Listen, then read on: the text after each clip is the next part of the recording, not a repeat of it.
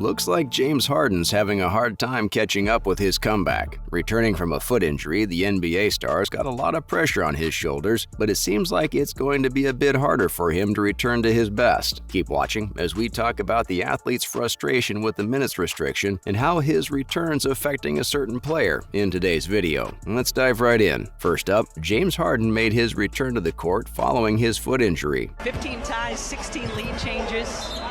And then James, that one hurts. He just landed on the basketball.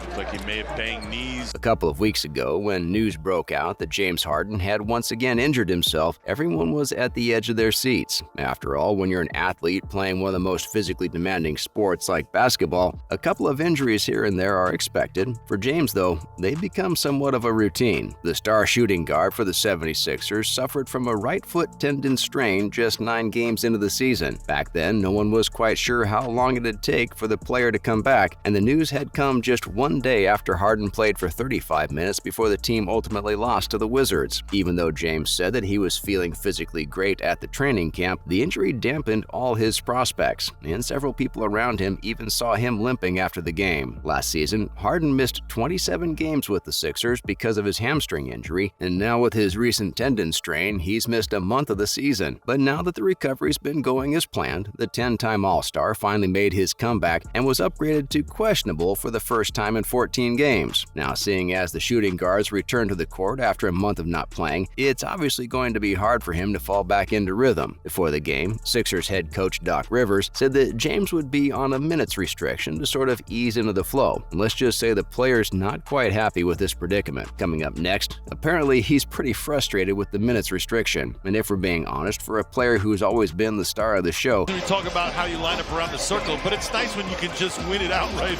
in the jump. Harden fading away at the elbow. it's obviously going to be a little hard to manage when you can't really play full-time. Now, obviously, the minutes restriction was put in place for James so that he could take it easy and slowly get used to playing again. And sure, it's only been a month, but it's like when you stop writing using your pencils during summer break, and your fingers get all cramped up when you start writing again. It's just an annoying feeling. Even Harden admitted how the whole minute restriction was weird to him. Within 38 minutes of action, the player poured in 21 points, 7 assists, and 4 rebounds. To the floor. Speaks to his competitiveness. Got a hand up on Harden, and sometimes it just doesn't matter. And while that's honestly impressive considering how haphazard his play was, it's still disappointing to see that he was all over the place. During the game against the Houston Rockets, there was a lot of shuffling that Harden had to do. He played the first 5 minutes of the game and then came out. And then when the second quarter came around, it was more or less the same thing. By the third quarter, he was out after the first 5 minutes again, and finally tried to regain some momentum in the fourth quarter, which he played the entirety of. Yeah, if someone told us to go back and forth like that, even we'd get frustrated. But still, while the 33-year-old still felt great after his performance, he knew he has to get it together if he wants to crack the stats up. Now, let's talk more about how James's return has impacted Joel Embiid. Embiid was almost giddy a couple of nights ago during that game against Minnesota. Gets the drop on the trailer. For a team to work well on the court together, they've got to have a level of understanding between the players. There's a certain degree of trust and familiarity between the team members that allows them to know each other's next thoughts without having to put them into words. And when you're on a time crunch in basketball, a glance at your teammate should be enough for them to decipher your next move. Now, off the drag screen, it's Harden. Pocket pass, Embiid, and one. Count it. A lethal combo platter.